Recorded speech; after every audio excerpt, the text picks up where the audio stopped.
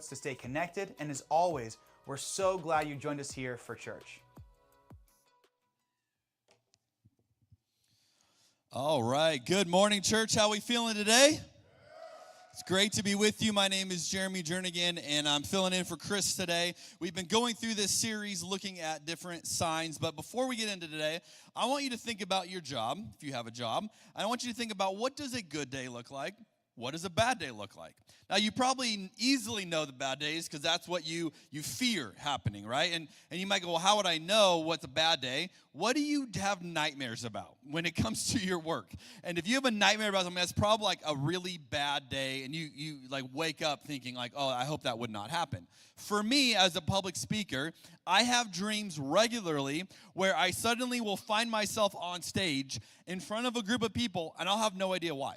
Like, what am I there for? What am I supposed to be talking about? Do I have any notes? And on the fly, I have to, prepare something to say. So I have written dozens of sermons in my sleep because of these scenarios that I find myself in. And I wake up, in a cold sweat. I'm like, whew, I'm okay. It didn't happen. But that's a bad day for me, would be, to come up here and have no idea what I'm supposed to be talking about. Now, other people have different kinds of bad days, and I found a few of these online that I thought, wow, that would be rough. Like, one person posted this example of their bad day, and I think with the price of eggs right now, my goodness. I mean, that is disastrous. What I love the most about this, though, is rather than, you imagine, whatever happened that led up to this had to be pretty disastrous. But then someone said, hold on a moment. Let me get this a picture of this, right? Like, hold on. Let me snap this. Before we start cleaning anything up, I want to document this for all time. Or I saw this one, which at first glance might look like a murder scene, but I'm pretty sure that's ketchup. And so I think, it's just some food handling gone wrong. And you go, wow, that would indeed be a bad day. Well, we've been going through this series, and we're looking at signs. And we're looking at physical signs and what they communicate, but then also going through the Gospel of John and looking at these signs that point us to Jesus. And today we're looking at the road work ahead sign. Now I want you to think about, if you see this sign and you're driving, what emotions does this sign produce in you? Because it's not neutral, right? It's not like you have an ambivalence when you see this sign. When you see that, you're probably feeling frustrated, annoyed. If you're in a hurry, you're like, oh, great, right? Because this sign is telling you something is coming that you probably don't want to deal with, but you're going to have to deal with it. Like, road work ahead, coming up ahead, we're going to slow you down. We're going to give you a detour. We're going to sidetrack you on something, and we're preparing you now for it. This is not a sign that any of us want to see. Now, we're looking at the faith step for this sign.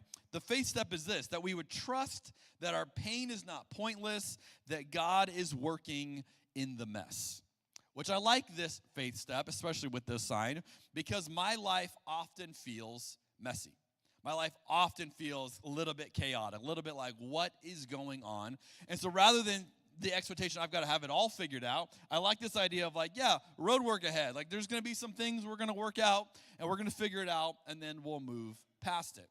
In fact, I had a perfect example of this. Last few weeks, we've been vacationing. We were in Oregon with our family, and one of the days we went out for lunch, and we have 7 people in our family, so we have 5 kids, and we're like, hey, it's super hard if you have a large family, to find a meal that everybody wants to eat. Like, anywhere we ever try to go, someone is complaining, someone's not happy. And so we happened to find there was a Taco Bell and a Wendy's right next to each other. So we're like, here's what we're going to do. We're going to divide and conquer. Whoever wants Taco Bell, you go there. Whoever wants Wendy's, you go there. Everybody can figure it out. So we had a pretty even split, and we thought, this is great. And so Michelle and I, we went to Taco Bell with a couple of our kids that wanted there. The other ones, they went to Wendy's. And we thought, this is brilliant. This is how, you do it well as parents. Let's go. Now, we didn't think anything was wrong with our plan till a few hours later, about 4 in the afternoon. We were talking to our 9-year-old, our youngest, and we just happened to ask him a question that we regularly ask him because he can be forgetful. We just said, hey, is your retainer in? And his eyes got really big. And we're like, is your retainer in? And he's like, no. We're like, okay, when's the last time you used, like, where is it, you know? And this is an everyday, regular conversation. And he said, oh, I took it out at lunch. And I'm realizing, oh, he was in the Wendy's crew, not in our crew. So I said, did you guys get it from lunch and put it somewhere? And then that crew all kind of like sheepishly look around at each other. And I'm like, oh, no. He did the old wrap it in the napkin, throw the napkin away. Anyone who's had a kid with a retainer, you've seen this story before. And so we realize, like, this is horrible. We're on vacation. He's just thrown his retainer away. And we didn't even catch it for about 4 hours. And so who knows where that retainer is now. Now, here's the way this processing happened. I'm like, well, that's a loss. I mean, that we're taking a loss for today because that's a couple $100. We're going to have to go buy him a new one. We're going to have to get refitted. And I'm like, man, shoot. Not my wife. She's like, I'm calling Wendy's. I'm like, Michelle, that was a while ago. Like, there's no way we can know where this is going to be. She's like, I'm calling Wendy's. So she calls Wendy's, and she asks him this question. She explains the situation. She goes, if we came by, could you point out which trash bags are from the lobby? And when I heard that question, I just thought, today is going to be a bad day. You know, like, you just know this is not going the direction. And the lady's like, yes, I think I could tell you from the dumpster which trash bags came from the lobby. So we load up, a couple of the kids that were brave enough to join us in this, we load up and we drive over to Wendy's. Now, you might be thinking, okay, at least it's not hot outside because you're in Oregon, except it happened to be like the hottest day we were there, and with Oregon humidity, it can be a thing. And so we're like, all right, so we're about to go dive into a dumpster to go find a retainer that was 4 hours ago thrown away. This is going to be a thing. And I just shout out to this Oregon Wendy's. The employee was unbelievable. She comes out with a little step ladder for us to get into the bin. She comes out with a box of sterile gloves for us. I mean, above and beyond. He's probably thinking, these crazy people, look at them. Like, they're going to do this, right? And so she brings all this stuff out and then points to us. Like, hey, like that bag, and that bag, and that bag, and then that. I mean, she's like, these are the bags from the lobby. The other ones are either older or from the back. And I'm thinking, if she's not right in what bags she's telling us, we are about to spend an entire day and have nothing to show for it, right? Because, I mean, this bin was full of trash bags. And so we get to work grabbing one bag and all the juices that start flowing from that bag, right? And we open it up and we start sifting through it. I don't know how good your gag reflex is, but a Wendy's trash bag will push it, right? And so we all are like, I mean, just holding it down, going through it.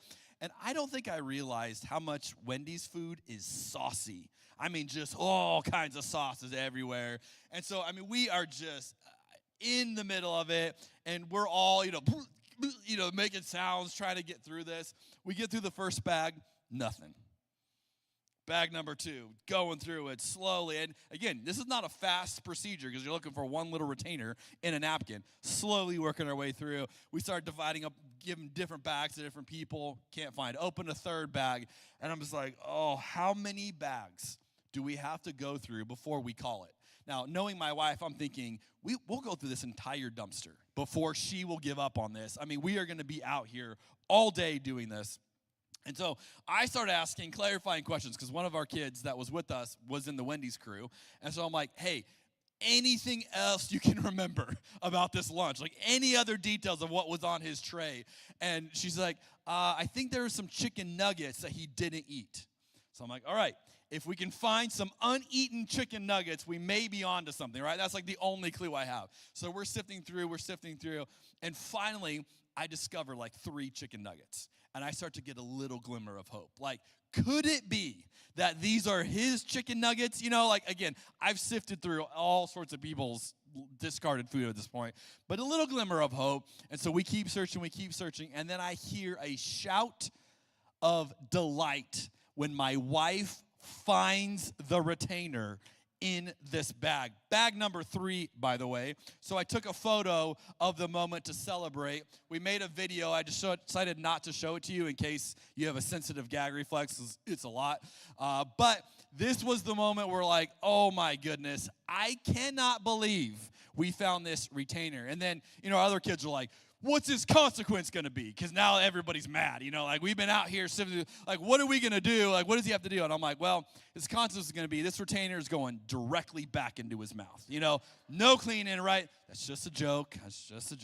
But it would be, it'd be awesome. A great way to learn that lesson. But I literally am like sifting through that, and I'm like, okay, life is literally messy, emotionally messy, spiritually messy. I mean, like all of the things. That is just a normal week, for us. And often we're dealing with these kind of things. So I like the idea that, like, it's just road work, and we're going to get through it, and God's got something else, and perhaps you can relate as well. Well, today I want to look at a story. We're going to go to John chapter 9. I'll put these verses on the screen if you want to read along, or if you've got your Bible, you can follow along in that as well. But we're going to see a story, and I want you to notice how Jesus interacts the way he does, not only with the person that he's about to change this person's life, but with everyone else who's watching. And we can all find ourselves in this story. So John chapter 9, verse 1 says, as Jesus was walking along, he saw a man who had been blind from birth. Rabbi, his disciples asked him, why was this man born blind? Was it because of his own sins or his parents' sins?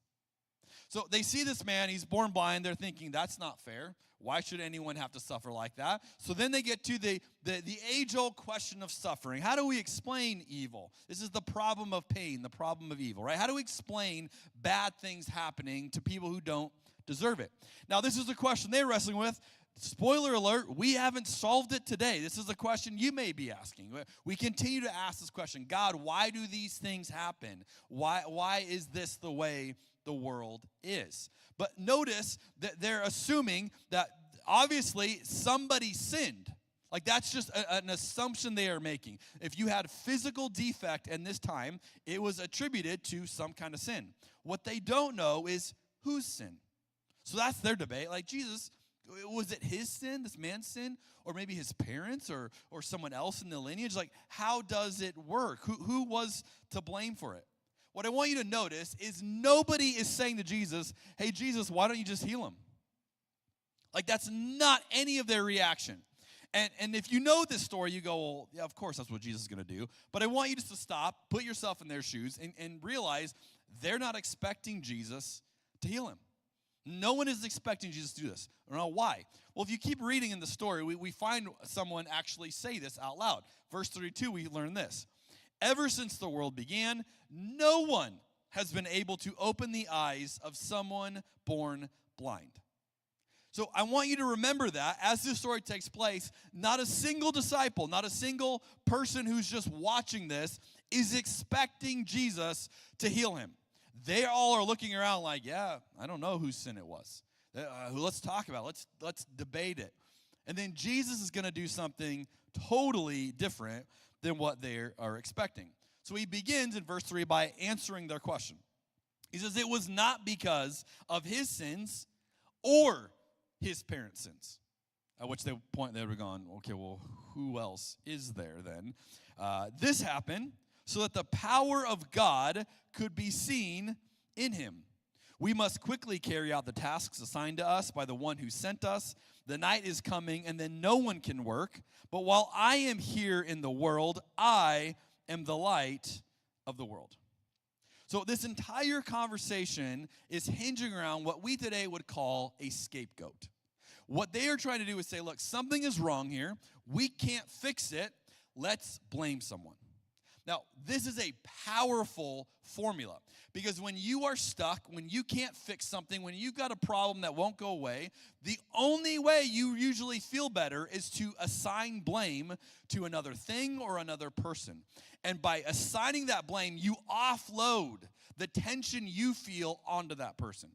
So, hey, we're uncomfortable that this man who didn't deserve it is born blind, so let's move that discomfort and blame someone as a result. Society has been doing this since the beginning of time. We do this all the time. If you read the news, you will hear headline after headline of projected scapegoats. Here's who's to blame for this problem. This is how we process in this world. We've got a problem, we can't solve it, blame someone. Who's to blame? And we debate, we negotiate who we are going to blame. Now, the church itself has a history of doing this as well. It's not just the world out there. Christians have been guilty of scapegoating as well. And perhaps the craziest example I know of happened in the year 897. In the year 897, there was a pope named Stephen VI. And there was some political unrest at the time he was pope.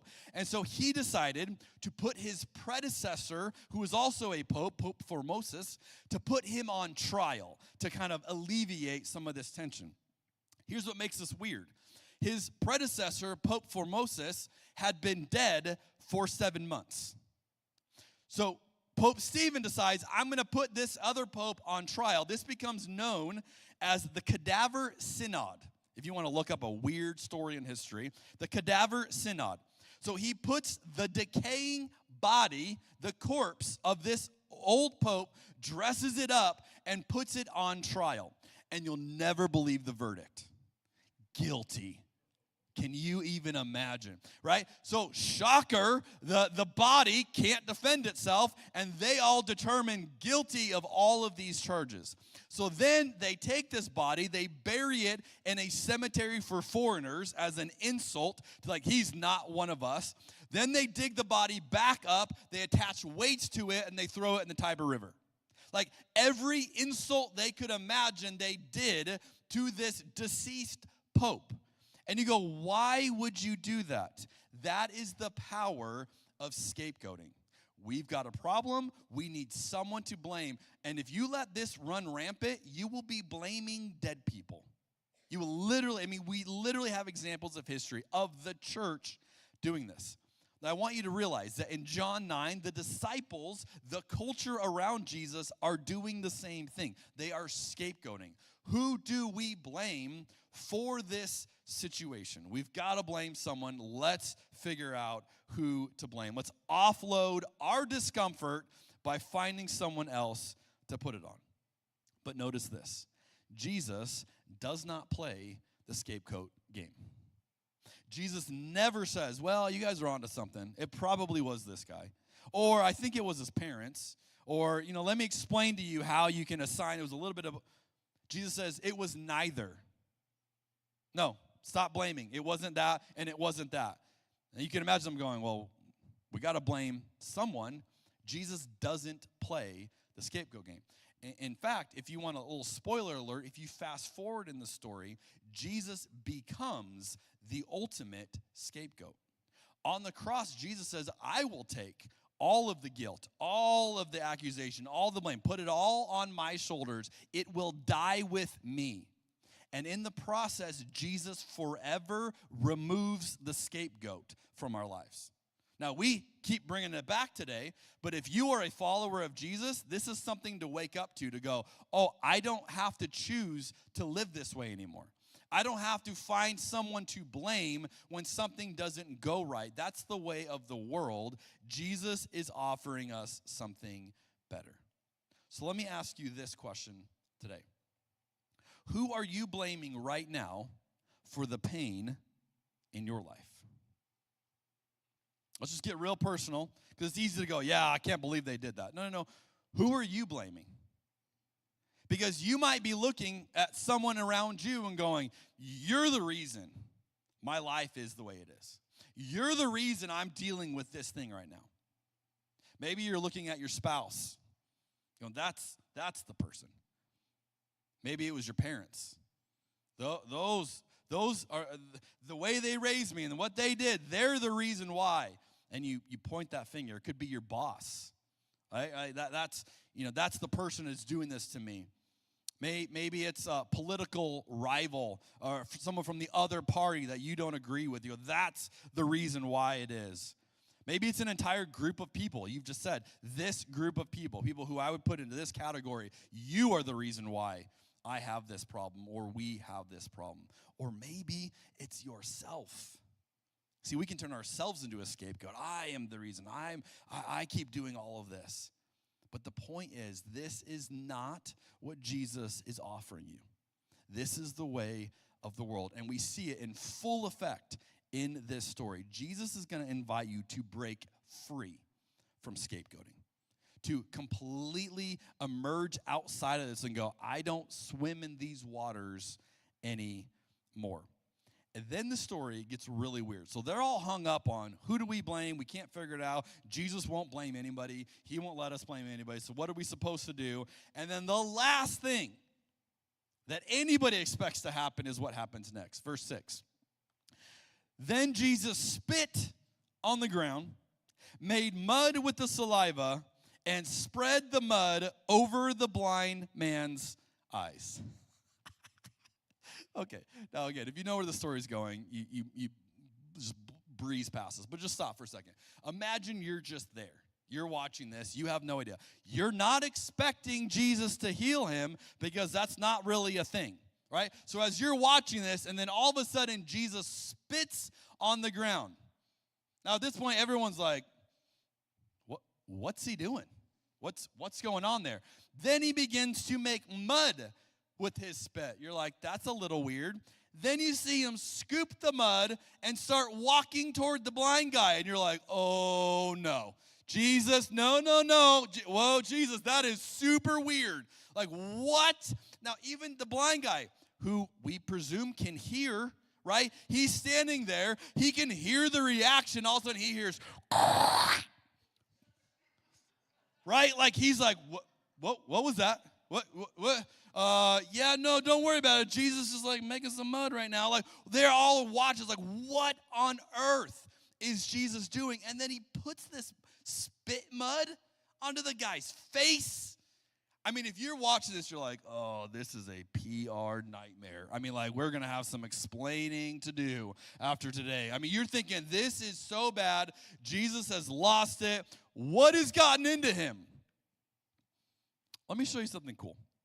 In the beginning of the Bible, book of Genesis, you have the account, it's written in poetic form, of how God created everything, right? And so you have this beautiful poetic imagery of how God created. And in chapter 2, verse 7, we find this.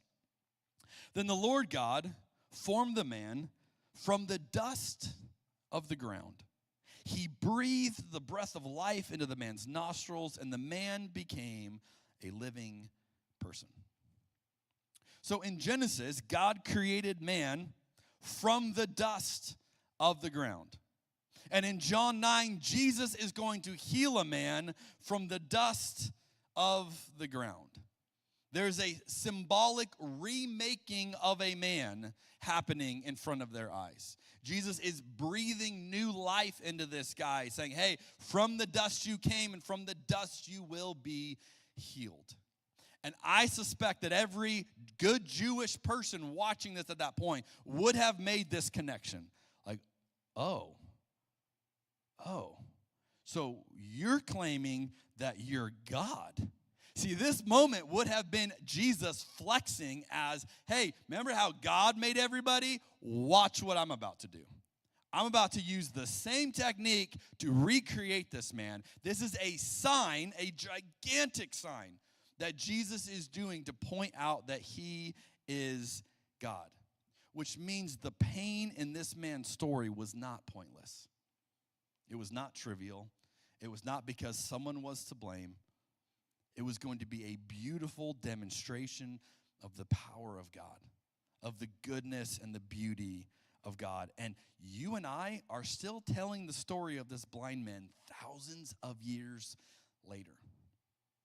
So even when you're convinced your story is a story that makes no difference, that no one ever cared about, that man that day would have been convinced of this. And here we are thousands of years later talking about what happened. And so I want to ask you this. What if your current pain is the raw material for God's next miracle in your life? What if that thing you're going through right now is the thing God's going to use to profoundly bring beauty into your life? What if we stopped asking, God, why is this happening? Because the why question always gets to blame. That's how you end up scapegoating. Why is this happening? Why did we get here?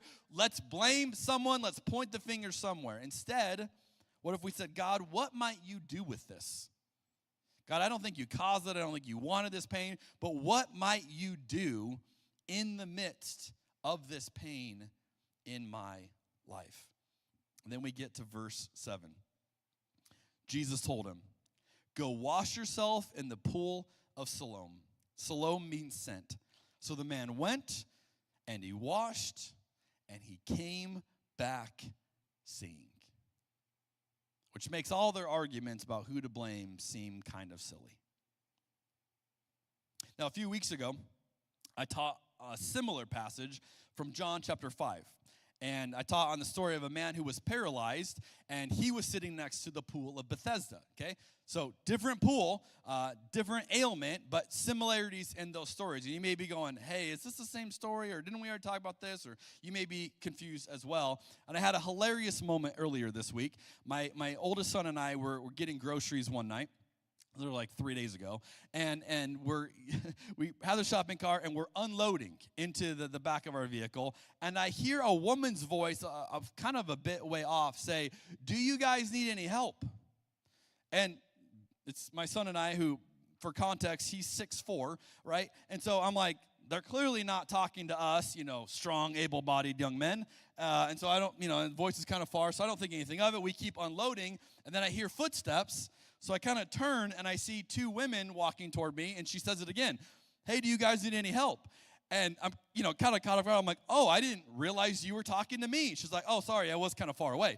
And then I look on, they have name tags that says sister whatever. So I'm like, oh, they're Mormon missionaries sent to help me with my groceries, right? And so I'm like, oh, thank you, I think we're okay. Like, we can handle the groceries we got. Thank you for offering, but, we got it. That's where I'm thinking this story is going to end. She's going to, look for someone else to help. And then she says something that kind of caught me off guard. Again, I'm kind of just like unloading. And she says, hey, I don't want this to be awkward, but can I just ask you a question? Well, now you have my attention, because whatever's coming next is going to be entertaining at a minimum. So yes, I stop at her and I'm like, yeah, what can I help you with? She goes, do you have anywhere to go to church on Sunday? Which, again, kind of caught me off guard a little bit. Not a great transition on her part, but I thought that was funny, because evidently I'm sending out the vibe of I need God in my life, into the universe. Like, that's the vibe I'm sending off, as well as I currently don't have anywhere. Like, I'm a spiritual wanderer. Like, that is the vibe I'm sending off. She's picking up on it, like, yeah, this guy, let's go get that guy. He needs church on Sunday. Perfect, And so she came from wherever she was in the parking lot, homing beacon in on us, and realized, like, I was the target. And so, I kind of chuckle, like, well, I'm not sure what vibe I'm sending off, but I said, actually, yeah, I do. I'm preaching on Sunday. Her facial reaction indicated she was not prepared for that reaction. Like, that was not one of the responses she was ready for. And she's like, really? I'm like, yeah. So then she goes, what are you preaching on? Okay, I said, I'm preaching on John chapter 9, the story of the guy that's born blind, and Jesus, meets him at the pool of Siloam, and, I'm going to talk about that story. And she goes, oh, I love that story. Okay, so I'm like, what? So then she starts telling me how much, like, oh, that story's so powerful, and she goes, yeah, and then, when people would get into the pool, and then the waters would be stirred up, before the guy could get there. I said, oh, no, you're mixing your stories. She goes, what? I said, you're thinking of John chapter 5. I said, that's the pool of Bethesda. I said, that was a different kind of pool. That pool was for the Greek god. I said, this is the pool of Siloam in John chapter 9. Again, if you could see her face, like, what is happening right now? Like, just not the way she envisioned this. And she's like, I'm so sorry. I must be tired, And I'm like, it's okay. There's some similarities in these stories. She ends up walking off. We get into the car, and my son and I start cracking up laughing. Like, that was a funny encounter. Not at all how I envisioned that playing out either. But the point is a good one. There are some similarities in these stories, but I want you to notice a giant difference, okay? So what's similar? You have, in John 5, you have someone who's paralyzed in need of healing. John 9, you have someone who's blind in need of healing. In John 5, you have someone waiting by the pool of Bethesda. Now, I argued, if you were here a few weeks ago, that was dedicated to the Greek god Asclepius. Now, in that story, Jesus does not have the man enter the water.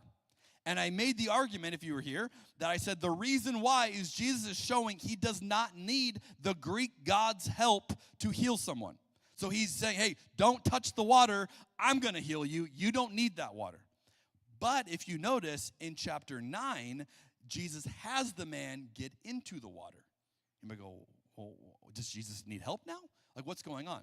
See, the pool of Siloam was not dedicated to a Greek god. This was dedicated to the Jewish god, to the temple. So this would have been seen in line with all that the Jews were doing, that Jesus was doing. So here now you have Jesus incorporating some of that and saying, hey, well, I'm going to use my spit and that water, and we're going to put those two together, and we're going to come up with this one. And what I want you to notice in all these, I don't think Jesus ever accidentally does this kind of stuff. And so often we read these stories and we go, yeah, these details don't matter, just get to the end. But the details tell us so much about who Jesus is and how Jesus wants to connect with you and I. And so in this story, Jesus is making his own spit and then using some of this Jewish healing pool to bring healing to this person. Now, if you keep reading after this, lots of drama that unfolds after this, because Jesus did it on the Sabbath, and there's all this reaction to it. I recommend you read that this week. It's worth follow-up. For the sake of time, I'm going to fast forward to the end of this story where Jesus concludes what was his take on what he just did, because it has a fascinating implication for us today. In John chapter 9, verse 39, after healing this man, after all of this, Jesus says these words. Jesus told him, I entered this world to render judgment, which is a little weird because if you read elsewhere, Jesus says opposite things. So you go, what kind of judgment is he talking about? He's not talking about heaven and hell. He says, I have come to render judgment, to give sight to the blind, and to show those who think that they are that they see that they are blind. Okay. And then notice some Pharisees, these are religious leaders, who were standing nearby, heard him and asked, hold up, are you saying we're blind?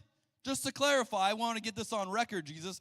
Are you saying the religious leaders are blind? Jesus says this, if you were blind, you wouldn't be guilty, Jesus replied, but you remain guilty because you claim you can see.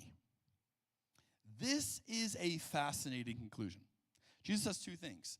I came to give sight to the blind, which he literally just did, and to convince those who think they can see that they are actually blind. Now, who is that said to? The religious people. The good, moral people of that society. That's who he says that statement to. That would be the equivalent of Jesus walking into church today, looking at all of us, and saying, I came to tell you all that you are blind. And whatever reaction you have to that is the reaction they had. What? You're saying that about us? That we can't see? We know the truth. We know God. We're the ones that are the moral ones. We've got this figured out. And then Jesus says, no, because you claim you can see, it proves your guilt. Why is he saying that? What are they guilty of? See, I would say in a real practical application here, Jesus is acknowledging to these religious leaders, you are no different than the world. You say different things, you do different things, but you're functionally no different. You are living in the same scapegoating mechanism as everybody else is. You're just going around blaming everyone else like everything else. I have come to offer something better, and only people who see that are able to escape from the scapegoating tendencies of this world. See, I suspect there'd be quite a few Christians today that Jesus would say the same comment to. You are convinced that you can see. You are convinced that you have figured it out, but you are blind. You are just like the world. You have not figured out how to move beyond this tendency, this need to scapegoat and blame someone else. I want to close with something my friend said. Caleb Campbell, a pastor in Phoenix, has said it like this. In practice, we can often tell when God's words are being twisted by observing whether the hearers are experiencing peace, union with God, and unity with each other, or if they are marked by outrage, anxiety, and divisiveness. So let me ask this question. If you were to look at Christianity today, do we say that most Christians in our culture we would describe as having peace, union with God, and unity with one another? Or would we say, no, actually, most Christians are known for having outrage, anxiety, and divisiveness? You see, you can claim to follow Jesus and not see. You can claim, you can look the part, you can be surrounded by it, and still have Jesus look at you and say, you are blind. And this story is a reminder for us that Jesus is actually offering us a completely different way to live. Where when we are in the midst of pain, in the midst of suffering, in the midst of problems, of challenges that we don't know how to solve, rather than looking around and pointing the finger, we invite God to show up. Hey, Jesus, we need you. We don't know how to get around this. We don't know what to do here, but we believe that you can do something in the midst of this. And we're going to be the ones that resist the urge to point the finger. We're going to be the ones that resist scapegoating any person, any group of people, because that's not the way that Jesus works. What would God do with a community of Christians like that? Let's pray together. Jesus, would you teach us to see the way that you have invited us to see? Not just physically with our eyes, but that we would see that you are offering us a different way to live, where we don't have to blame someone. We don't have to go moment by moment trying to offload our discomfort at the expense of someone else, usually someone vulnerable. Instead, may we realize that we can be the ones to resist that urge and invite you to show up. Invite you to be present. That day in John 9, no one expected that you would heal that man. They were all looking to who to blame. And today, we often don't expect you to do much either.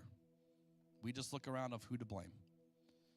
Instead, would you help us redirect our vision to you, to invite you in, to invite you to meet us in the suffering, meet us in the pain, meet us in the hurt, meet us in the discomfort. And we don't have to blame anyone else. God, transform us as you meet us in that place. We pray in Jesus' name. And all God's people